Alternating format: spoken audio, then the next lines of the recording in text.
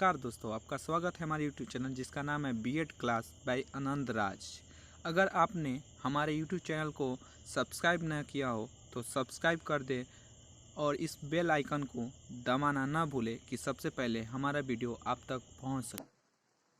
Hello friend, मैं आनंद राज आप सबों के बीच 10th का जो साइंस है उसका प्रकाश का परिवर्तन का पार्ट 2 तक पढ़ा दिए हुए हैं। आज हम लोग पार्ट 3 देखते हैं जिसमें हम लोग आज दर्पण पढ़ेंगे कि दर्पण क्या होता है, मिरर क्या होता है। इससे पहले हम प्रतिबिंब के बारे में बता दिए थे। इससे पहले वाला जो पार्ट 2 मेरा वीडियो आया था उसमें हम आपको बता दिए हुए थे कि प्रतिबिंब क्या होता है, एक कितने प्रकार के होते हैं, वास्तविक प्रतिबिंब क्या होता है, आभासी प्रतिबिंब क्या होता है, इतना हम कल आपको बता दिए थे। आज हम लोग देखेंगे कि दर्पण क्या होता है। देखिए दर्पण सिंपल समझिए, आपको दैनिक जीवन में आप दर्पण का रेगुलर यूज करते होंगे, दर्पण में अपना चेहरा देखते होंगे। जो चीज में हम लोग चेहरा देखते हैं वही हम लोग क्या होता है, दर्पण होता है। देखिए दर्पण का डिफिनेशन फिजिक्स में क्या दिया गया है, पॉलिश की हुई वैसी समतल सतह, पॉलिश की हुई वैसी समतल सतह जिसके ऊपर पड़ने वाले मतलब उसके ऊपर पड़ने वाले प्रकाश के अधिकांश भाग को क्या करता है, परावर्तित कर देता है। इसी को हम लोग क्या बोलते हैं, दर्पण बोलते हैं। जैसे मान लीजिए कि यहाँ पर कोई दर्पण है, इस पर प्रकाश पड़ा, पूरा इसको अधिकांश भाग को क्या करता है, परावर्तित कर देता है। इसी को हम लोग क्या बोलते हैं, दर्पण कहते हैं। तो आइए देखते हैं कि दर्पण का डिफिनेशन। देखिए दर्पण का डिफिनेशन देख सकते हैं कि पॉलिश की हुई वैसी समतल सतह, वैसी समतल सतह जिस पर पड़ने वाली प्रकाश की अधिकांश भाग को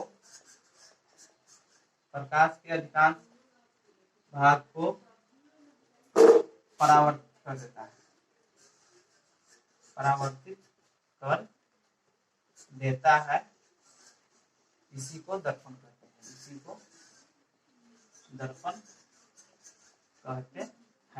देखिए दर्पण का डिफिनेशन क्या हो गया कि पॉलिश की हुई ऐसी समतल सतह जिस पर मतलब प्रकाश का जितना भाग पड़ेगा मतलब उसको अधिकांश भाग को क्या करता है, परावर्तित कर देता है। इसी को हम लोग क्या करते हैं, दर्पण कहते हैं। देखिए एक दर्पण हम लिए हुए हैं, आप देख सकते हैं ये ऐसा ही दर्पण होता है जो आपको रेगुलर में जो दैनिक जीवन में आप इसका यूज करते होंगे। तो यही हम लोग का क्या होता है, दर्पण होता है। जिस पर मतलब क्या है, समतल एक सतह है जिसे हम लोग परावर्तक सतह इसको बोलते हैं। ये समतल होता है, इसी को हम लोग क्या बोलते हैं, दर्पण कहते हैं। आइए अब देखते हैं कि दर्पण के प्रकार। दर्पण दो प्रकार के होते हैं। आपसे कोई पूछेगा कि दर्पण कितने प्रकार के होते हैं, तो दर्पण दो प्रकार के होते हैं, दो प्रकार के होते हैं। एक होता है समतल दर्पण, दूसरा होता है गोलीय दर्पण, जिसे हम लोग बोलते हैं, इसको बोलते हैं प्लेन मिरर, और गोलीय दर्पण को बोलते हैं स्फेरिकल मिरर बोलते हैं। ठीक है, तो ये हो गया दर्पण का डिफिनेशन बता दिए। दर्पण कितने प्रकार का होता है, दो प्रकार का। एक होता है समतल दर्पण जिसे हम लोग प्लेन मिरर बोलते हैं, और दूसरा होता है गोलीय दर्पण जिसे हम लोग स्फेरिकल मिरर बोलते हैं। अब हम लोग को अब देखते हैं कि समतल दर्पण क्या होता है। अब हम लोग क्या देखेंगे कि समतल दर्पण क्या होता है। आइए देखते हैं कि समतल दर्पण क्या होता है। समतल दर्पण जिसे हम लोग प्लेन मिरर बोलते हैं, क्या बोलते हैं, प्लेन मिरर बोलते हैं।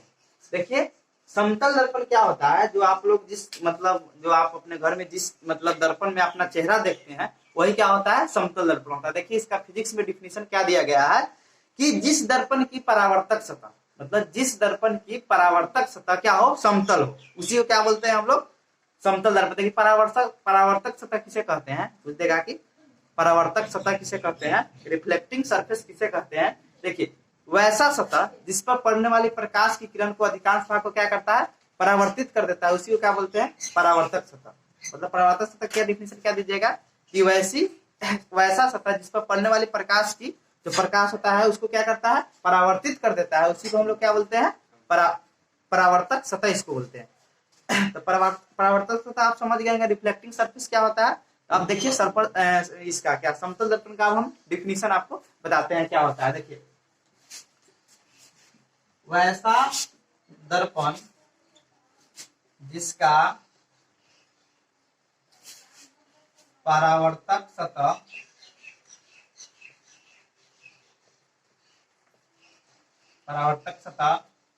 समतल होता है उसे समतल दर्पण कहते हैं।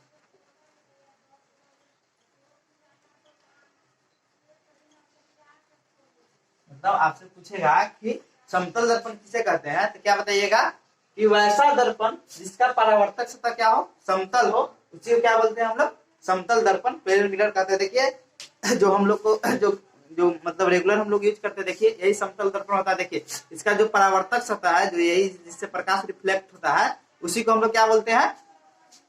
देखिए यही हम लोग क्या है, समतल दर्पण है। इससे क्या होता है, यही हम लोग को दैनिक जीवन में रेगुलर हम लोग इसका यूज करते हैं। यही हम लोग का क्या है, परावर्तक सतह। देखिए इसका परावर्तक सतह क्या है, समतल है, इसी को हम लोग क्या बोलते हैं, समतल दर्पण बोलते हैं। तो आप समतल दर्पण समझ गए। देखिए हम बता दिए हैं कि समतल दर्पण किसे कहते हैं। अब देखते हैं कि समतल दर्पण में बने प्रतिबिंब के गुण या विशेषता क्या होता है। ये बहुत ज्यादा पूछा जाता है कि उसमें जो प्रतिबिंब बनता है उसके गुण और विशेषता क्या। आइए हम देखते हैं कि इसका पहला गुण क्या है। देखिए समतल दर्पण का पीछे का जो सतह होता है चांदी या पारा का होता है, मतलब चांदी या पारा से क्या होता है, लेपित होता है। देखिए ये समतल दर्पण है, जो इसके पीछे का जो सतह है ना, वो चांदी का क्या होता है, पारा के अथी से लेप से क्या होता है, लेपित होता है। लेकिन अभी तो चांदी बहुत ज्यादा महंगा है, तो क्या होगा, पारा से क्या होता है, लेपित होता है। तो पहला गुण क्या हो गया कि समतल दर्पण का जो पीछे का सतह होता है, ये वाला जो पीछे का सतह है, पारा से लेपित होता है। देखिए दूसरा क्या है, दूसरा है कि समतल दर्पण में बने प्रतिबिंब हमेशा आभासी और सीधा होता है। मतलब समतल दर्पण में जो प्रतिबिंब बनता है वो क्या होता है, आभासी या काल्पनिक बनता है। आपसे पूछा जाएगा किस दर्पण में, मतलब समतल दर्पण में कैसा प्रतिबिंब बनता है, तो आभासी या काल्पनिक। और वस्तु की अपेक्षा क्या होता है, तो सीधा होता है। हम पहले ही बताए हुए थे कि काल्पनिक प्रतिबिंब हमेशा क्या होता है, सीधा होता है। ठीक है, ये गुण हो गया। तीसरा है कि प्रतिबिंब का आकार वस्तु के आकार के बराबर होता है। मतलब वस्तु जिस आकार का होगा प्रतिबिंब वैसे ही आकार का होगा। मतलब जिस आकार का मतलब वस्तु होगा, प्रतिबिंब कैसा होगा, वैसा ही आकार का होगा। किस दर्पण में होता है, समतल दर्पण में। तीसरा ये हो गया। चौथा क्या है कि प्रतिबिंब दर्पण के उतना ही पीछे बनता है जितना वस्तु दर्पण के आगे रहती है। मतलब वस्तु दर्पण के जितना आगे रहेगा, प्रतिबिंब क्या होगा, उतना पीछे बनेगा, मतलब दर्पण के पीछे बनेगा। ये भी क्वेश्चन आपसे पूछ सकता है कि 5 मीटर की दूरी पर कौन है, वस्तु रखी है, तो प्रतिबिंब कितने मीटर की दूरी से पीछे बनेगी, तो दर्पण के तो 5 मीटर पीछे। हम न्यूमेरिकल टाइप आगे क्वेश्चन बताएंगे, यहीं पे बताएंगे, तो इसमें आप देख लीजिएगा। तो होगा प्रतिबिंब दर्पण के उतना ही पीछे बनता है जितना वस्तु दर्पण के आगे होती है। आगे देखो पांचवा है, समतल दर्पण में बना प्रतिबिंब का पार्श्व परिवर्तन होता है। मतलब समतल दर्पण में जो प्रतिबिंब बनता है उसका पार्श्व परिवर्तन होता है, मतलब लेटरल इन्वर्सन होता है। देखिए क्या होता है पार्श्व परिवर्तन, आइए हम दिखाते हैं। मान लीजिए कोई वस्तु का समतल दर्पण में जाइएगा, आर लिखा हुआ है, तो वहां पे आप लीजिएगा तो कैसा दिखाई देगा, ऐसा दिखाई देगा। आप कर लीजिए कैसा दिखाई देगा, इसी को हम लोग पार्श्व परिवर्तन बोलते हैं। मतलब वस्तु का क्या होता है, जो बायां वाला चीज होता है वो दायां दिखाई देता है प्रतिबिंब में, और वस्तु का जो बायां वाला जो चीज होता है उसमें दायां वाला चीज दिखा देगा। यही पार्श्व परिवर्तन होता है। कोई चीज को हम ले जाएंगे तो ऐसा ही दिखाएगा, मतलब आर है तो इसमें कैसा दिखाई देगा, ऐसा दिखाई देगा। इसी को हम लोग क्या बोलते हैं, पार्श्व परिवर्तन बोलते हैं। जैसे आपको मतलब बी लिखा होगा, ऐसे बी ऐसे लिखा होगा, तो वहां पर कैसे बी लिखाएगा, यहाँ पर ऐसे लिखेगा प्रतिबिंब में। इसी को हम लोग क्या बोलते हैं, पार्श्व परिवर्तन बोलते हैं। देखिए आगे है हम लोग का समतल दर्पण में वस्तु दूरी बराबर प्रतिबिंब की दूरी होता है। मतलब वस्तु जितना दूरी पे होगा प्रतिबिंब भी उतना दूरी पे होगा। मान लीजिए 5 मीटर की दूरी पर मतलब वस्तु होगा, तो प्रतिबिंब भी कितने दूरी पे होगा, 5 मीटर की दूरी पर। आगे देखते हैं कि समतल दर्पण की फोकस दूरी तथा वक्रता त्रिज्या अनंत होती है। एकदम क्वेश्चन एक पूछा गया है कि किस दर्पण की फोकस दूरी और वक्रता त्रिज्या, मतलब कोई फोकस दूरी हो या वक्रता त्रिज्या हो, क्या होता है, अनंत होता है, जिसे हम लोग इन्फिनिटी बोलते हैं। 8वां है कि समतल दर्पण में बने प्रतिबिंब की आवर्धन क्षमता क्या होती है, +1 होती है। मतलब आगे हम आवर्धन क्षमता आपको बताएंगे, आप यहाँ याद रखिए कि समतल दर्पण में बने प्रतिबिंब की आवर्धन क्षमता क्या होती है, +1 होती है। आइए दोस्त, हम आपको बता दिए हुए थे कि समतल दर्पण का जो गुण था उसमें और गुण बता दिया। अब आगे देखते हैं और कौन कौन गुण होता है। देखिए समतल दर्पण को आपतित किरण की दिशा पर नियत रखते हुए थीटा कोण को घुमाया जाए तो परावर्तित किरण ट्रू थीटा पर घूमती है। देखिए यहाँ पर कहा गया है कि जो उस पर आपतित किरण पड़ती है उसकी दिशा को क्या करेंगे, नियत फिक्स कर देंगे। ठीक है, अब तब हम समतल दर्पण, मान लीजिए ये समतल दर्पण है, तो हम आपको बताते हैं कि ये समतल दर्पण है, इस पर जो प्रकाश जो पड़ रहा है, आपतित जो प्रकाश कर रहा है, उसकी हम दिशा को क्या करेंगे, फिक्स कर देंगे। और फिर इसको हम जितना डिग्री मतलब थीटा मतलब जितना हम डिग्री पे इसको घुमाएंगे तो जो परावर्तित किरण होगा क्या इसके दुगुना मतलब जैसे मान लीजिए 15 डिग्री पर हम इसको घुमाएं तो क्या होगा, ये 30 डिग्री पर जो इसका परावर्तित किरण होगा वो 30 डिग्री पर घूम जाएगा। समझ गए? तो यहाँ बताया गया है कि समतल दर्पण की आपतित किरण की दिशा को नियत रखते हुए थीटा कोण पर घुमाया जाए तो परावर्तित किरण क्या होगा, 2 थीटा मतलब दुगुना क्या होगा, दुगुना से क्या होगा, घूम जाएगा। मतलब 15 डिग्री पर घुमाएंगे तो कितना डिग्री परावर्तित किरण घूम जाएगा, 30 डिग्री पर। आइए अब देखते हैं आगे। यदि कोई व्यक्ति समतल दर्पण में अपना पूरा प्रतिबिंब देखना चाहता हो तो दर्पण की ऊंचाई वस्तु की ऊंचाई की यदि कोई व्यक्ति समतल दर्पण में अपना पूरा प्रतिबिंब देखना चाहे तो दर्पण की ऊंचाई व्यक्ति की ऊंचाई की आधी होनी चाहिए। मतलब कह रहा है कि मान लीजिए कोई व्यक्ति को अपना पूरा प्रतिबिंब देखना है दर्पण में, समतल दर्पण में, तो पूछ रहा है कि दर्पण की ऊंचाई कितना हो चाहिए, तो व्यक्ति की जितना ऊंचाई होगा उसके आधा ऊंचाई को हम दर्पण लेंगे तो व्यक्ति क्या करेगा, अपना पूरा प्रतिबिंब को देख लेगा। ठीक है, आगे अब देखते हैं कि यदि कोई व्यक्ति भी चाल से समतल दर्पण की ओर चलता है तो समतल दर्पण में अपना प्रतिबिंब 2v चाल से आती हुई प्रतीत होगा। मतलब बोल रहा है कि कोई व्यक्ति मान लीजिए भी चाल से, मतलब कोई चाल है मान लीजिए भी चाल से, और वो व्यक्ति मतलब भी चाल से समतल दर्पण की ओर आएगा तो वो व्यक्ति क्या होगा, प्रतिबिंब जो उसका जो चाल चलेगा उसके दुगुना चाल चलेगा। मान लीजिए 5 के स्पीड से चलेगा तो उसमें कितना के स्पीड बताएगा, 10 गुना मतलब 10 के स्पीड से बताएगा प्रतिबिंब। तो ये बोल रहा है यहाँ पे कि यदि कोई व्यक्ति भी चाल से समतल दर्पण की ओर चलता है तो समतल दर्पण में अपना प्रतिबिंब 2v चाल से अपनी ओर आता प्रतीत होगा। फिर आगे है कि दो समानांतर दर्पण के बीच अनंत प्रतिबिंब बनता है और इसमें दूसरा प्रतिबिंब सबसे साफ होता है। मतलब बोल रहा है कि हम देखिए मान लीजिए कि हम ये मतलब ये दर्पण है, इसके बीच में मतलब दोनों क्या है, पैरेलल है एक दूसरे के, इसके बीच में हम कोई वस्तु को रखेंगे तो इसके बीच में क्या होगा, अनंत प्रतिबिंब बनेगा। इसका सबसे अच्छा एग्जाम्पल आप सैलून में देखते होंगे, एकदम आमने सामने क्या होता है, पैरेलल क्या रखा जाता है कि दर्पण रखा जाता है। वहां पे आप जाइएगा तो देखिएगा कि आपका प्रतिबिंब क्या होगा, अनंत बनेगा, मतलब अनगिनत प्रतिबिंब बनता है, उसको हम गिन नहीं सकते हैं। और इसमें जो दूसरा जो प्रतिबिंब होता है वो सबसे साफ होता है। मतलब आप जाइएगा वहां सैलून में तो देखिएगा क्या कि वहां पे जो आमने सामने दर्पण रखा होता है वहां भी क्या होता है, समतल दर्पण होता है। तो वहां पे आप देखिएगा कि इससे जो प्रतिबिंब होता है ना, वहां पे जो प्रतिबिंब बनेगा तो वो अनंत बनता है, क्योंकि वो एक दूसरे क्या होता है, पैरेलल रखा होता है, समानांतर रखा होता है। देखते हैं कि अगला पॉइंट क्या है समतल दर्पण की विशेषता की। समतल दर्पण पर लंबवत पड़ने वाली प्रकाश की किरण परावर्तन के बाद उसी पथ पर वापस लौट जाती है। मतलब यहाँ कहना है कि समतल दर्पण, मान लीजिए ये क्या हुआ, समतल दर्पण हुआ और इस पर लंबवत और परपेंडिकुलर जो प्रकाश की किरण पड़ता है तो क्या होता है कि परावर्तन के बाद क्या होता है, उसी पथ पर क्या हो जाता है, लौट जाता है। मान लीजिए कि प्रकाश क्या हुआ, आपतित हुआ, देखिए, और इसी पथ पर क्या हुआ, परावर्तित हो गया। देखिए यहाँ इसे हम क्या बोलते हैं, आपतित किरण बोलते हैं और इसको क्या बोलते हैं, परावर्तित किरण बोलते हैं। मतलब क्या यहाँ बोला गया है कि समतल दर्पण पर लंबवत पड़ने वाली प्रकाश की किरण, देखिए लंबवत प्रकाश की किरण पड़ना है और परावर्तन के बाद क्या होता है, उसी पथ पर क्या हो जाता है, वापस लौट जाता है। देखिए उसी पथ पर क्या हो जा रहा है, वापस लौट, देखिए आपतित हो रहा है और देख रहे हैं उसी पथ पर क्या हो रहा है, आपतित हो जा रहा है। आगे देखते हैं कि जब समतल दर्पण में प्रकाश किरण लंबवत पड़ती है तो आपतन कोण का मान 0 डिग्री होता है। देखिए समतल दर्पण में जब प्रकाश किरण क्या होगा, लंबवत पड़ेगा, परपेंडिकुलर पड़ेगा तो इसका आपतन कोण का मान क्या हो जाएगा, 0 डिग्री होता है। तो 0 डिग्री होता है और हम जानते हैं कि आपतन कोण बराबर परावर्तन कोण होता है। हम लोग प्रकाश के परावर्तन का दूसरा नियम जानते हैं, क्या होता है कि आपतन कोण बराबर परावर्तन कोण बराबर। जब आपतन कोण 0 हो जाएगा तो परावर्तन कोण भी कितना हो जाएगा, 0 डिग्री हो जाएगा। तो यहाँ पे क्या हो जाएगा कि, और हम जानते हैं कि आपतन कोण बराबर परावर्तन कोण होता है किससे, प्रकाश के परावर्तन के दूसरा नियम से, इसीलिए परावर्तन कोण भी कितना हो जाएगा, 0 डिग्री हो जाएगा। तो पूछेगा कि समतल दर्पण पर लंबवत पड़ने वाली प्रकाश की किरण जब पड़ता है तो परावर्तन कोण या आपतन कोण का मान कितना होता है, तो 0 डिग्री होता है। ठीक है, आगे आप देखते हैं क्या समतल दर्पण का उपयोग, मतलब समतल दर्पण का उपयोग क्या है, मतलब यूज ऑफ प्लेन मिरर। देखिए बहुरूपदर्शी जिसे हम कैरिडोस्कोप बोलते हैं, एक बहुरूपदर्शी क्या होता है, कोई चीज को सजाने के लिए बहुरूपदर्शी बनाया जाता है समतल दर्पण का। देखिए 3 समतल दर्पण को, 3 आयताकार समतल दर्पण को लेकर और तीनों समतल दर्पण क्या कहा जाता है, 60 डिग्री पर सबको क्या किया जाता है, उसको बनाया जाता है, मतलब 60 डिग्री पर। याद रखिएगा कि पूछेगा कि बहुरूपदर्शी में कितने समतल दर्पण लिया जाता है, तो 3 आयताकार समतल दर्पण लिया जाता है और कितने डिग्री पर सबको रखा जाता है, तो 60 डिग्री पर रखा जाता है। ये चीज समझ गए, किसी वस्तु को सजाने के लिए समतल दर्पण ये बहुरूपदर्शी का प्रयोग किया जाता है। दूसरा है परिदर्शी, इसी को पेरिस्कोप बोलते हैं। देखिए पेरियोस्कोप क्या होता है कि वह ऐसा यंत्र होता है, मतलब पेरियोस्कोप जो आप लोग पनडुब्बी जो जानते हैं, जो अति में रहता है समुद्र में, तो उस समुद्र में आप भीतर से रख के मतलब जो परिदर्शी होता है उसकी सहायता से आप बाहर की चीज को देख सकते हैं।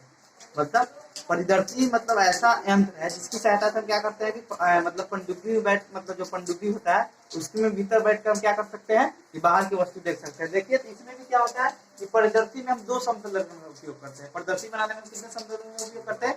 2 करते हैं। और इस कितने डिग्री पे इसको रखा जाता है? तो 45 डिग्री पर। याद रख सकते हैं ऐसे कि देखिए 45 है तो इससे 2 दर्पण का यूज होता है, और 60 है तो कितने दर्पण का यूज होता है? 3 दर्पण का। तो याद रखिएगा कि परिदर्शी में 2 दर्पण का यूज होता है, और कितना डिग्री पर रखा जाता है?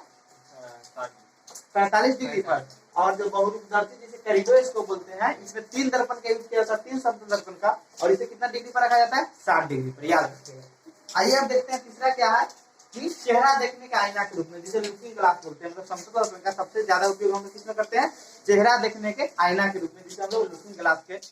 आइए अब देखते हैं, अब क्वेश्चन पूछा जाता है कि समतल दर्पण, जो 2 समतल दर्पण कोई मतलब क्या हो कि उसको क्या बोलते हैं हम लोग कि कोई कोण पर झुका हो। मतलब मान लीजिए कि ये समतल दर्पण हो गया और एक मान लीजिए ये समतल दर्पण हो गया, ये हो गया। तो पूछा जाता है कि जब देखिए कोण पर झुका हुआ है, तो पूछा जाता है कि जब 2 समतल दर्पण कोई कोण पर झुका हो तो प्रतिबिंबों की संख्या कितनी बनती है। तो इसको हम एक ट्रिक के माध्यम से बताते हैं। देखिए यहाँ हम टॉपिक लिख सकते हैं कि 2 समतल दर्पण, 2 समतल दर्पण, 2 समतल दर्पण थीटा कोण पर झुके हैं तो कुल प्रतिबिंबों की संख्या, कुल प्रतिबिंबों की संख्या, इसका फॉर्मूला होता है 360 बाई थीटा। मतलब 360 बाई थीटा होता है। मतलब आपसे क्वेश्चन पूछेगा कि 2 समतल को मतलब थीटा कोण पर झुका हुआ है। थीटा मतलब उसमें 60 भी ले सकते हैं, 120 भी ले सकते हैं, मतलब जितना ले सकते हैं। थीटा कोण पर झुका हुआ है तो प्रतिबिंब की संख्या क्या होगी? जैसे मान लीजिए देखिए एक समतल दर्पण हो गया, ठीक है, और एक समतल दर्पण हुआ, तो कितना पर झुका हुआ है? 90 डिग्री पर झुका हुआ है। 90 डिग्री पर झुका हुआ, मान लीजिए एक समतल दर्पण यहाँ है और एक समतल दर्पण यहाँ है, तो कितना डिग्री पर है? 0 डिग्री पर है। तो वैसे ही क्वेश्चन पूछा जाता है कि 2 समतल दर्पण थीटा डिग्री पर झुके हुए तो प्रतिबिंब की संख्या क्या होगा? जिसका फॉर्मूला होता है 360 बाई थीटा। तो आपसे जैसे क्वेश्चन पूछ दिया, इसका ट्रिक क्या होता है? 360 बाई थीटा हो गया, लेकिन नोट में 2-3 चीज बात को आपके ध्यान में रखना होगा, ठीक है। यदि आंसर लिख लीजिए, यदि आंसर सम संख्या है, सम संख्या आए तो आंसर में से एक घटा देते हैं। यदि आंसर, यदि यहाँ पे लिख दीजिए यदि प्रतिबिंबों की संख्या, यदि प्रतिबिंबों की संख्या, यहाँ कर दीजिए यदि प्रतिबिंबों की संख्या सम संख्या आए तो प्रतिबिंबों की संख्या में से एक घटा देते हैं, एक घटा देते हैं। मतलब मान लीजिए कि इसको काटने के बाद जो सम संख्या है तो क्या करेंगे? एक घटा देंगे, मतलब प्रतिबिंब संख्या में से क्या करेंगे? घटा देंगे। दूसरा लिखिएगा, यदि सम संख्या है, यदि विषम संख्या है, विषम संख्या आए तो वही आंसर रहने देंगे, वही आंसर रहने देंगे। तो हो गया। तीसरा क्या है? यदि वस्तु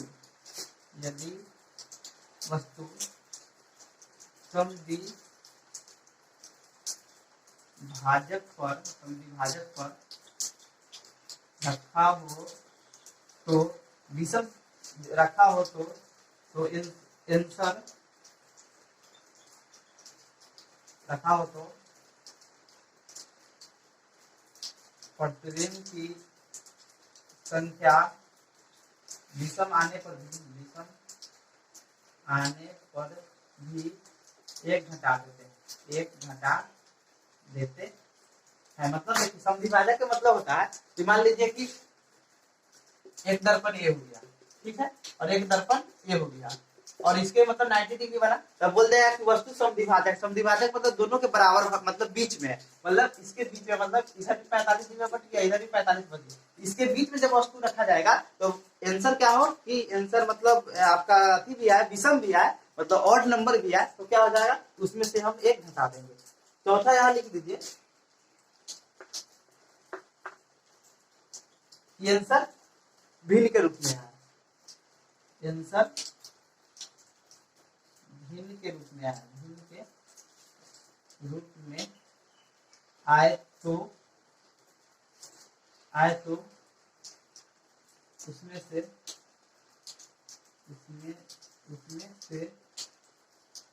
एक घटाकर अगला पूर्णांक लिखते हैं।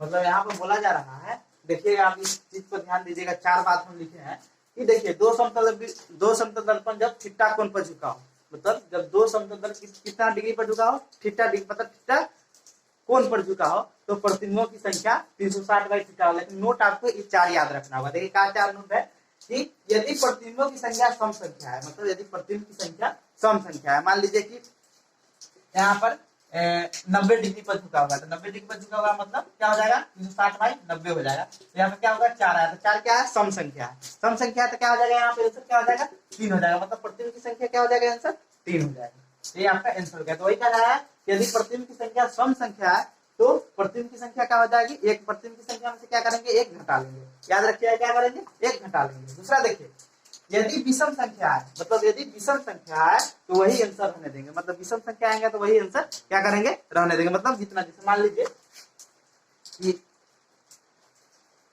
यहाँ मान लीजिए 360/72 डिग्री पर झुका हुआ है, तो क्या हो जाएगा कितना से कटेगा 5 से कटेगा ना, 5 से कटेगा, तो मतलब क्या होगा विषम संख्या है, तो प्रतिबिंब की संख्या क्या हो जाएगा 5 ही रह जाएगा, ठीक है। लेकिन अब देखिए तीसरा क्या बोला है, यदि वस्तु समद्विभाजक पर रखा हो, मतलब वस्तु समद्विभाजक मतलब समान दूरी पर रखा हो, दोनों के बीच में रखा हो, तो प्रतिबिंब की संख्या विषम आने पर भी उसमें से एक घटा लेते हैं, मतलब उसमें से क्या करते हैं एक घटा लेते हैं। अब यही क्वेश्चन में बोल दें कि प्रतिबिंब क्या हो कि समद्विभाजक पर रखा हुआ, हम आगे क्वेश्चन जब बताएंगे तो आपको क्लियर हो जाएगा कि प्रतिबिंब क्या हो समद्विभाजक, मतलब सॉरी वस्तु क्या हो कि देखिए मान लीजिए कि ये 72 डिग्री बन गया, मान लीजिए कि ये क्या हो गया 90 डिग्री हो गया, मान लीजिए ये 72 डिग्री, मान लीजिए 72 डिग्री होगा, तो मान लीजिए वस्तु क्या हो कि 72 डिग्री मतलब बीच में हो, तो 36 डिग्री इधर 36 डिग्री, मान लीजिए वस्तु यहाँ रखा हो मतलब समद्विभाजक पर रखा हुआ है, इसमें जो प्रतिबिंब बनेगा तो विषम भी आंसर आएगा। तो मान लीजिए 360 बटा कितना हो जाएगा 72 से कटेगा 5 बार में, इसमें से क्या करेंगे हम एक घटा लेंगे, तो क्या आंसर हो जाएगा 4 प्रतिबिंब बनेगा। तो समद्विभाजक में जब वस्तु रखा हो तो क्या करेंगे एक घटा लेंगे। चौथा देखिए सबसे बड़ी बात क्या है, चौथा में बोल रहा है कि आंसर भिन्न के रूप में, भिन्न के रूप में फ्रैक्शन के रूप में, भिन्न क्या मतलब देख लीजिए कि 360 हुआ और 75 डिग्री पर झुका हुआ, मान लीजिए कितना डिग्री पर झुका हुआ 75 डिग्री, कट कितना आएगा 4.8 होगा, इसी करीब में आएगा, देख लीजिएगा 4.8 होगा। तो ये क्या हुआ किसके रूप में आया भिन्न के रूप में, तो दशमलव के रूप में, इसको ऐसे नहीं कर सकते भिन्न के रूप में बोल सकते हैं, इसको कटेगा तो नहीं, भिन्न के रूप में है, पूर्ण रूप से नहीं कटा तो क्या रहा है भिन्न के रूप में है। तो इसको क्या करेंगे, जैसे अब 4.8 है, इसमें से क्या करेंगे हम लोग एक घटा लेंगे, कितना हो जाएगा बोले कि इसमें से क्या होगा एक घटा लेंगे, एक घटा लेंगे 3.8 होगा, लेकिन इसका अगला पूर्णांक क्या होगा अगला 4 होगा, तो इसका आंसर क्या हो जाएगा 4। तो समझ गए होंगे, तो ये चीज आप देख सकते हैं, ये चीज आप फिर से ध्यान दीजिए, हम समझाते हैं कि जब दो समतल दर्पण, मान लीजिए ये दोनों क्या है, मान लीजिए ये दोनों क्या है समतल दर्पण है, मान लीजिए ये दोनों क्या है समतल दर्पण, मान लीजिए 90 डिग्री पर झुका हुआ है, क्या हुआ 90 डिग्री पर झुका हुआ है, इसके बीच में हम क्या करेंगे कि इसके बीच में हम कोई वस्तु रख दें, मान लीजिए इसके बीच में हम क्या करें कोई वस्तु को रख दीजिए, ठीक है। तो कोई वस्तु को रखेंगे तो पूछ देगा कि इसमें प्रतिबिंब की संख्या कितना, आप घर पर जाके भी कर सकते हैं, देखिएगा इसके बीच में प्रतिबिंब की संख्या क्या था, हम यहाँ पे लिखे हुए हैं कि जब 90 डिग्री पर रखते हैं तो प्रतिबिंब कितना बनता है 3 बनता है, आप देख लीजिएगा वहां 3 बनेगा। तो यही चीज यहाँ पे लिखे हुए हैं, देख लीजिए एक प्रतिबिंब की संख्या क्या आता है फॉर्मूला 360/थीटा याद रखिएगा, लेकिन नोट आपको 4 चीज याद रखिएगा कि जब सम संख्या है तो एक घटा लेंगे, विषम आए तो नहीं रहने देंगे, लेकिन जब विषम में भी समद्विभाजक बोले, जब विषम में जब समद्विभाजक बोले तो क्या करेंगे एक घटा लेंगे। लेकिन जब भिन्न के रूप में जब आंसर आए तो उसमें से एक घटाकर और अगला पूर्णांक लिख देते हैं। ये चीज आप समझ गए। अब आपको हम क्वेश्चन बताते हैं। क्वेश्चन आप देखिए, आप क्वेश्चन देखते हैं कि प्रतिबिंब की संख्या पर कैसे क्वेश्चन पूछा जाता है। देखिए यहाँ पर पहला क्वेश्चन है कि 90 डिग्री पर झुके समतल दर्पण के बीच रखी वस्तु का प्रतिबिंब की संख्या क्या होगा। मतलब देखिए, मान लीजिए वो ये समतल दर्पण हो गया, ठीक है, और एक समतल दर्पण ये हो गया, ठीक है। इसके बीच क्या है, 90 डिग्री का एंगल बना। तो ये में पूछ रहा है कि हम कोई वस्तु को इसमें रखें, तो पूछ रहा है कि इसमें प्रतिबिंब कितना बनेगा, पूछ रहा है कि इसमें प्रतिबिंब की संख्या क्या होगा। जैसे हम आपको दिखाते हैं कि मान लीजिए मेरे पास ये 2 मिरर है, ठीक है, तो 90 डिग्री पर हम इसको रख दिए, ठीक है, इसको क्या किए 90 डिग्री पर रख दिए। तो इसके बीच में हम कोई वस्तु रखेंगे, मान लीजिए इसके बीच में हम यहाँ कलम रख दिए, ठीक है, एक कलम को हम इसके बीच में रखें। तो पूछ रहा है कि इसकी संख्या कितना होगा इस दोनों के बीच में। तो देखिए संख्या पूछ रहा है कितना बनेगा, तो आइए हम इसका देखते हैं कैसे बनाएंगे। इसका फॉर्मूला हम क्या बताए थे, कोई वस्तु जितना कोण पर झुका रहता है उसका फॉर्मूला क्या होता है, 360 बाई थीटा। तो थीटा का वैल्यू कितना दिया हुआ है, 90 दिया हुआ है, यहाँ पर 360 बाई थीटा कर दीजिए तो 90 हो जाएगा, कितना हो जाएगा 4000। लेकिन हम क्या बताए थे, जब आंसर क्या है सम संख्या है, मतलब इवन नंबर है, तो उसमें से क्या करेंगे हम एक घटा लेते हैं। एक घटा लेंगे तो क्या हो जाएगा, 4 में से 1 घटाएगा तो आंसर क्या हो जाएगा 3 हो जाएगा। आंसर क्या 3 कितना प्रतिबिंब बनेगा 90 डिग्री पर, तो 3 प्रति। आप देख सकते हैं कि 2 समतल दर्पण लीजिएगा, उसको क्या कीजिएगा कि उसको 90 डिग्री पर रख लीजिएगा, ऐसे रख दीजिएगा, तब देखिएगा उसमें कोई वस्तु को तो आपको 3 प्रतिबिंब उसमें दिखाई देगा। और इसी में आपको यहाँ पर अगर हो देगा कि 72 डिग्री पर कितना बनेगा, तो बनाइए 72 डिग्री पर कितना हो जाएगा। देखिए 72 डिग्री पर कितना होगा आपको हम बताते हैं कि मान लीजिए ये 90 डिग्री हुआ, ठीक है, और 90 डिग्री मतलब 72 डिग्री इतना पर रखा जाएगा। 72 डिग्री क्या होगा कि इतना डिग्री पर रखा जाएगा, तो मान लीजिए कि यहाँ पर क्या होगा कि 72 डिग्री का एंगल बना, ठीक है। तो पूछेगा कि इसके बीच में कितना डिग्री का एंगल बना, सॉरी इसके बीच में कितना प्रतिबिंब बना। तो आप क्या कीजिएगा 360 बाई 72 कर दीजिएगा, कटेगा तो कितना आ जाएगा 5 आएगा। 5 आएगा तो हम क्या बताए थे, जब आंसर विषम आए तो क्या होगा कि आंसर वही रहने देंगे। तो आंसर क्या हो जाएगा कि इसमें कितना प्रतिबिंब बनेगा 5 प्रतिबिंब बनेगा। मतलब जब सम आए तो उसमें से एक घटा लेंगे, विषम आए तो क्या करेंगे कि उतना ही रहने। लेकिन जब क्वेश्चन में बताया कि क्वेश्चन में क्या हुआ कि वस्तु समद्विभाजक पर रखा हुआ है, मतलब उसके समान दूरी पर, जैसे इसी क्वेश्चन में क्या करें कि क्वेश्चन चेंज कर देवे, इसमें बोल देवे कि वस्तु क्या है, जैसे 72 डिग्री पर झुके समतल दर्पण के बीच रखी वस्तु समद्विभाजक पर रखा हुआ है, रखी वस्तु समद्विभाजक पर रखा गया है तो प्रतिबिंब की संख्या समद्विभाजक मतलब देखिए 72 डिग्री है, तो मान लीजिए 72 डिग्री क्या हो जाएगा, ये हो गया 90 डिग्री और इधर थोड़ा कर दिए तो क्या हो गया ये 72 डिग्री मान लीजिए। लेकिन बोल रहा है क्या, बोल रहा है कि समद्विभाजक मतलब समान दूरी पर, दोनों के समान दूरी पर। समान दूरी से क्या हो जाएगा, ये वाला समान दूरी का मान लीजिए वस्तु को हम यहाँ पर रख दिए, तो पूछेगा इसमें प्रतिबिंब की संख्या क्या होगा। तो देखिए जब समद्विभाजक को बोले तो सम आए चाहे विषम आए उसमें सम एक घटाएंगे, सम आए चाहे आंसर विषम आए उसमें हमको क्या करना होगा एक घटाना होगा। तो मान लीजिए कितना है 360 बाई हम 72 करेंगे तो आएगा 5 में से हम एक घटा लेंगे तो कितना आ जाएगा, इसमें बनेगा 4 प्रतिबिंब। जब हम इसको बीच में रखेंगे तब मतलब समद्विभाजक पर, और नहीं बोलेगा तो हम कौन भी रखेंगे तो कितना प्रतिबिंब बनेगा, जब 72 डिग्री पर झुका रहेगा तो 5 प्रतिबिंब बनेगा। लेकिन वही चाहिए समद्विभाजक पर रखेंगे तो कितना प्रतिबिंब बनेगा 4 प्रतिबिंब बनेगा। इसी में कहा जाता है कि 90 डिग्री पर कितना बनेगा, 90 डिग्री पर कोई वस्तु रखी गई है तो समद्विभाजक पर रखा गया तो प्रतिबिंब की संख्या क्या हो जाएगा, इसको 90 डिग्री पर कहां से होगा, ऐसे हो जाएगा, ऐसे हो जाएगा। प्रतिबिंब क्या बनेगा 45 डिग्री इधर 45 डिग्री इधर, तो यहाँ पर हम वस्तु को रख दी, ठीक है। तो कैसे बनेगा प्रतिबिंब देख लीजिए 360 बाई 90 मतलब 4, मतलब 4 में से एक घटा देंगे तो 3 प्रतिबिंब बनेगा। समझ गए। इसमें एक टाइप का और पूछता है कि आपका पूर्णांक के रूप में नहीं आएगा आंसर, मतलब किसके भिन्न के रूप में आएगा। जैसे मान लीजिए करेगा कि कोई वस्तु कितना पर है 45 डिग्री पर, सॉरी 75 डिग्री पर है, 75 डिग्री पर रखे हुए समतल दर्पण में रखी हुई वस्तु समद्विभाजक यहाँ पर नहीं लिखेगा, ठीक है। रखी गई हुई वस्तु है तो प्रतिबिंब की संख्या क्या होगा, ठीक है। देखिए तो यहाँ पर आप कटवाई मतलब इसको कीजिएगा 360 बाई कितना 75, तो क्या हो जाएगा ये नहीं कटेगा, ये आ जाएगा 4.8 आएगा, ठीक है। तो क्या हुआ ये भिन्न के रूप में आ गया, मतलब फ्रैक्शन के रूप में, इसको फ्रैक्शन के रूप में मतलब क्या हो जाएगा 48/10 हो जाएगा। तो करेंगे तो क्या हो जाएगा 48/10 हो जाएगा, मतलब किसके रूप में फ्रैक्शन के रूप में भिन्न के रूप में। तो इसका तो हम नहीं निकाल पाए, प्रतिबिंब तो भिन्न के रूप में आएगा नहीं, वो तो पूर्णांक के रूप में आएगा।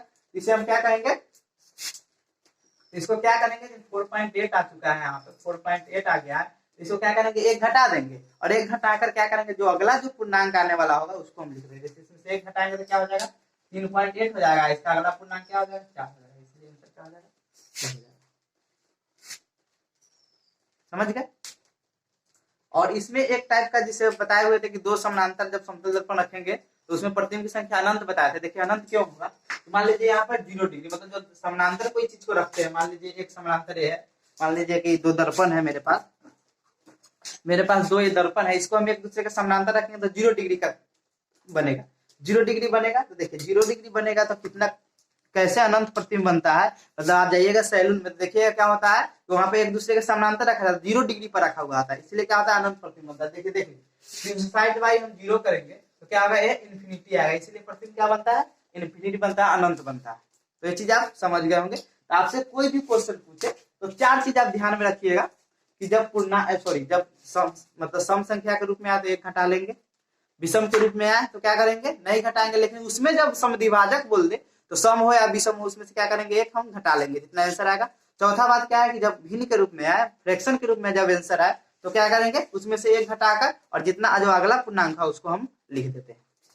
ठीक है, क्या ऐसे भी कर सकते हैं कि जब पूर्णांक के रूप में आए, जैसे 3.8 आ गया तो इसको हटा के जो ये पूर्णांक आता है उसको हम लिख देंगे, तो ये भी आपका आंसर हो जाएगा। ये भी कर सकते हैं, जैसे यहाँ पर 4.8 आया, इसको हम हटा देंगे तो इसी क्या हो जाएगा, यही आपका प्रतिबिंब की संख्या हो जाएगा। मतलब जो पॉइंट के बाद वाला चीज है उसको हटा देंगे, जो पॉइंट से पहले उसको हम लिख के वही आपका आंसर। दो समतल दर्पण क्या होता है कि कोई कोण पर झुका रहता है, उस पर हम न्यूमेरिकल बता दिए, कैसा भी टाइप का पूछेगा आप उसको बना लीजिएगा। अब देखते हैं कि समतल दर्पण में बेस्ट आधारित क्वेश्चन जो न्यूमेरिकल पूछा था उसको हम लिखते हैं। देखिए यहाँ पर हम लिखते हैं, उसके बाद आपको समझा देते हैं। यहाँ पर हम क्वेश्चन लिख रहे हैं कि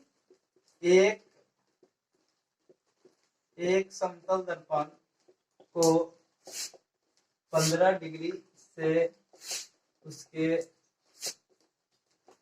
अक्ष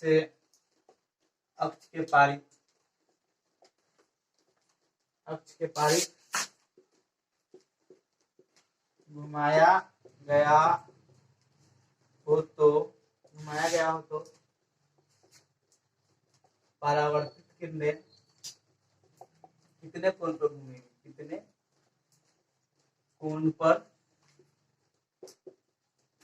घूमेगी, यहाँ पर ऑप्शन है आपका 15 डिग्री, ऑप्शन बी है 30 डिग्री, ऑप्शन सी है 45 डिग्री और चौथा है 60 डिग्री। ठीक है, देखिए ये क्वेश्चन है, इसको आप देखिए बोल रहा है, यहाँ पे देखिएगा, ध्यान दीजिएगा कि एक समतल दर्पण को 15 डिग्री से उसके अक्ष के पारित घुमाया जाता है। मतलब 15 डिग्री मतलब उस पर आपतित कोई प्रकाश हो रहा है, उसको क्या हो रहा है कि समतल दर्पण को 15 डिग्री पर घुमाया जा रहा है।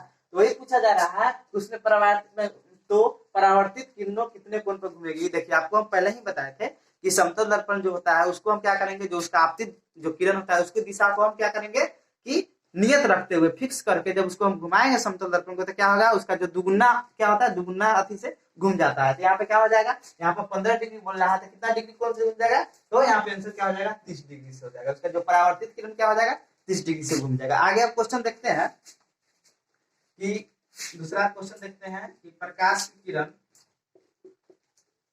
की किरण एक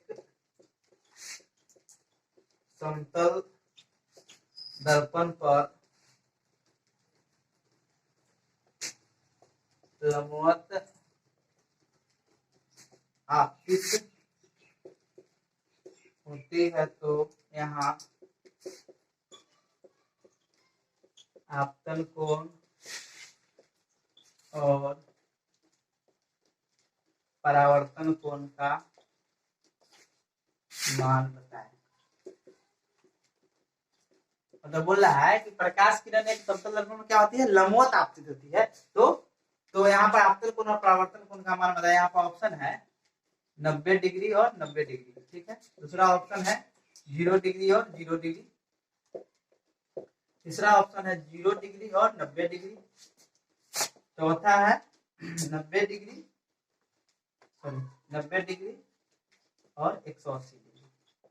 देखिए क्वेश्चन पर आप ध्यान दीजिएगा, बोल रहा है कि प्रकाश की किरण एक समतल दर्पण पर लंबवत आपतित होती है। मान लीजिए समतल दर्पण है, ठीक है। और इसमें क्या होती है, प्रकाश किरण क्या हो रही है, लंबवत आपतित हो रही है। तो हम जानते हैं कि जब प्रकाश किरण लंबवत आपतित होती है तो परावर्तन के बाद क्या होता है, उसी पथ पर वापस लौट जाती है, उसी पथ पर क्या हो जाते हैं, वापस लौट जाती है। तो क्या होता है, इसमें आपतन कोण का मान क्या हो जाता है, आपतन कोण का मान 0 हो जाता है, 0 हो जाता है। तो हम जानते हैं कि जब 0 आपतन कोण का मान हो जाएगा तो प्रकाश के परावर्तन के दूसरा नियम से हम जानते हैं कि जब आपतन कोण, दूसरा नियम क्या होता है कि आपतन कोण बराबर परावर्तन कोण। तो जब आपतन कोण का मान 0 हो जाएगा तो परावर्तन कोण भी क्या हो जाएगा, 0 हो जाएगा। इसीलिए इसका आंसर क्या हो जाएगा, 0 और 0 हो जाएगा। तो ये समझ गए, लंबवत जब आपतित होगा तो क्या हो जाएगा,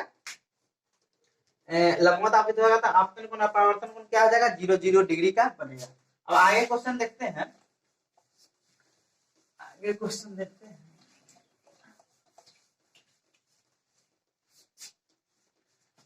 देखिए आगे क्वेश्चन है, अगला क्वेश्चन है कि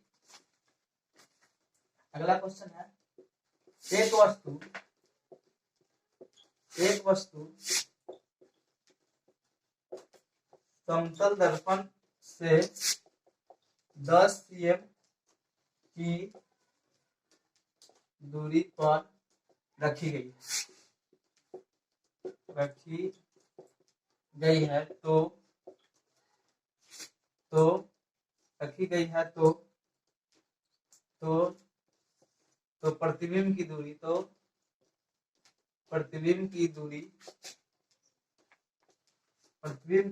दूरी समतल दर्पण से कितनी होगी,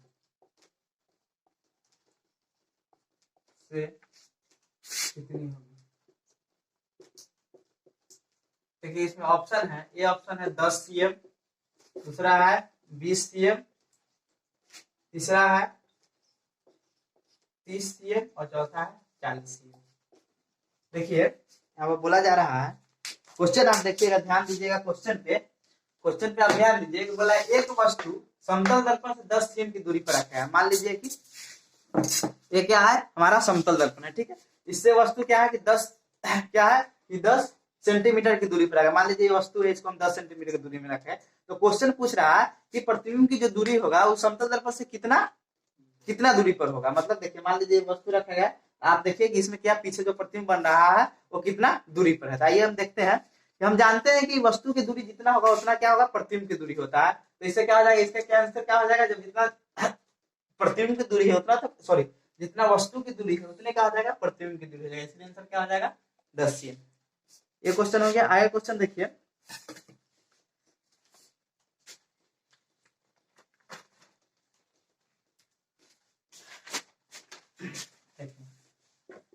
जैसे क्वेश्चन है, एक समतल दर्पण पर आपतित किरण 60 डिग्री का कोण बनाती है, 60 डिग्री का कोण बनाती है तो परावर्तन कोण कितना होगा, परावर्तन कोण कितना होगा। देखिए क्वेश्चन बोला जा रहा है, इधर ध्यान दीजिएगा कि एक समतल दर्पण पर आपतित किरण 60 डिग्री का कोण बनाती है। मतलब एक जो समतल दर्पण है उस पर आपतित किरण कितना डिग्री कोण बनाती है, 60 डिग्री बनाती है। तो परावर्तन कोण का मान क्या होगा, इसका ऑप्शन है 120 डिग्री, बी ऑप्शन है 60 डिग्री, सी ऑप्शन है 80 डिग्री और डी ऑप्शन है 180 डिग्री। ठीक है, तो हम लोग जानते हैं इसका आंसर, देखिए इधर ध्यान दीजिएगा, हम लोग जानते हैं प्रकाश के परावर्तन के दूसरा नियम से आपतन कोण बराबर क्या होता है, परावर्तन कोण होता है। तो जब 60 डिग्री आपतन कोण है तो परावर्तन कोण भी कितना होगा, 60 डिग्री होगा। ठीक है, आगे क्वेश्चन देखिएगा,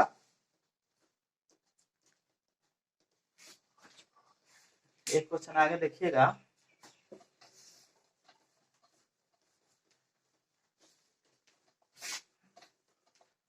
आगे आप क्वेश्चन देखिए कि एक समतल दर्पण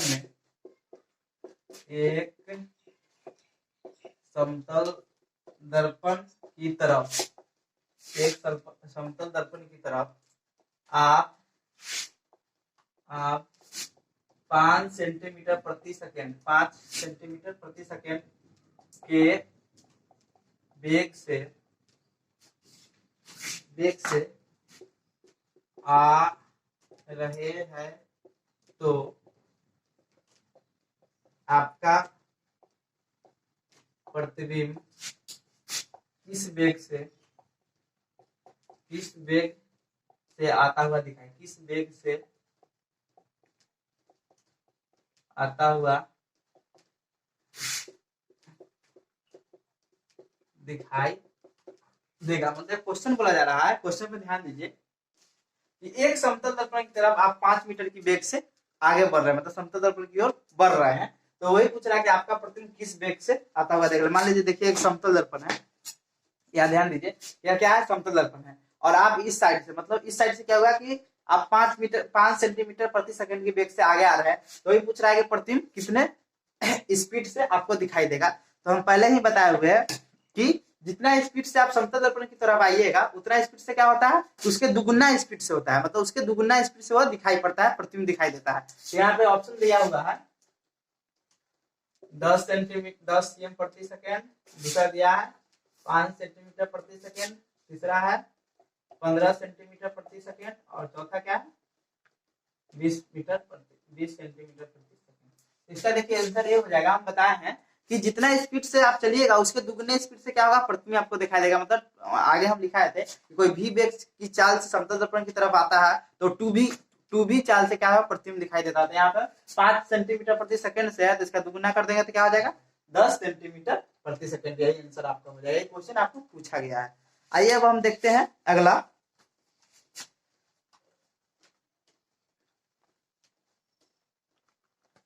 अगला क्वेश्चन देखते हैं। एक वस्तु की ऊंचाई 5 मीटर है, 5 मीटर है, उसकी पूरी ऊंचाई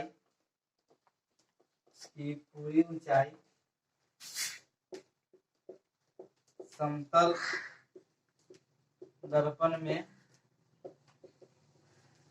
देखने के लिए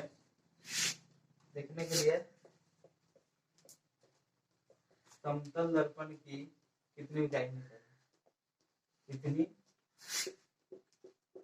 ऊंचाई होनी चाहिए। देखिए ऑप्शन इसका हो जाएगा, ए नंबर ऑप्शन है 5 मीटर, बी नंबर ऑप्शन है 2.5 मीटर, सी नंबर ऑप्शन है 10 मीटर, और डी नंबर है 20 मीटर। देख लीजिए इसका ऑप्शन क्या होना चाहिए, 5 मीटर, फिर बी नंबर है 2.5 मीटर, सी नंबर ऑप्शन है 10 मीटर, और डी नंबर क्या है 20 मीटर। देखिए इसका इस क्वेश्चन समझिए, क्वेश्चन क्या कहना चाह रहा है कि मान लीजिए हम 6 फुट का है, मतलब मान लीजिए हम 6 फुट का कोई आदमी है, तो पूछेगा कि 6 फीट का कोई आदमी है, तो पूछेगा कि उसको समतल दर्पण में अपना पूरा प्रतिबिंब देखने के लिए उसे कितना लंबाई का समतल दर्पण चाहिए। तो हम आगे ही लिखाए थे कि कोई व्यक्ति कोई भी वस्तु का अपना पूरा प्रतिबिंब देखने के लिए समतल दर्पण में, तो व्यक्ति का जो आधा लंबाई होगा उसको उतना लंबाई क्या होना चाहिए, एक दर्पण समतल दर्पण लेना होना चाहिए। तो मान लीजिए यहाँ पर क्या है, यहाँ पर 5 मीटर का बोल रहा है, तो इसका आधा क्या हो जाएगा 2.5 मीटर, यही आपका आंसर हो जाएगा। वही बोल रहा है कि दर्पण की ऊंचाई कितने होना चाहिए, 2.5 मीटर होना चाहिए। आइए अब एक क्वेश्चन देखते हैं, एक और क्वेश्चन है जो लास्ट क्वेश्चन है, जो घुमा के पूछा जाता है कि देखिए जो हम पहले एक बताए हुए थे, क्या आपको बताए थे, एक क्वेश्चन है आप देख लीजिए।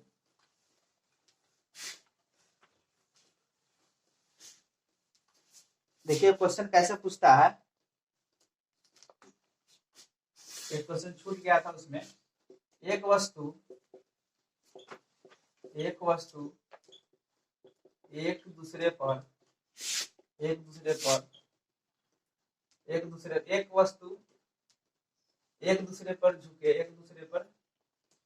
झुके दो समतल दर्पण के बीच रखा गया है। यदि वस्तु की प्रतिबिंब की